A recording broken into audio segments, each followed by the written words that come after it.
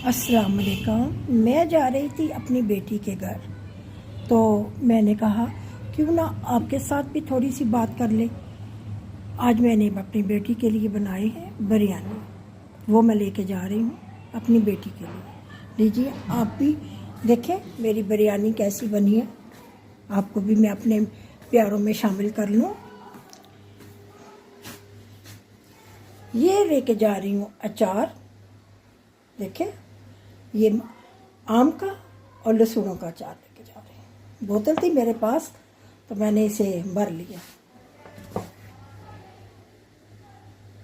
ये बनाई है मैंने बिरयानी अपनी प्यारी बेटी के लिए, तो मैं लेके जा रही थी, तो मैंने कहा क्यों ना आप सबको भी बीच में शामिल कर लूँ। देखिए कैसी है बिरयानी। उम्मीद करती हूँ आपने ये मेरी रेसिपी देखी होगी, मैंने 2-3 दफ़ा अपलोड की है।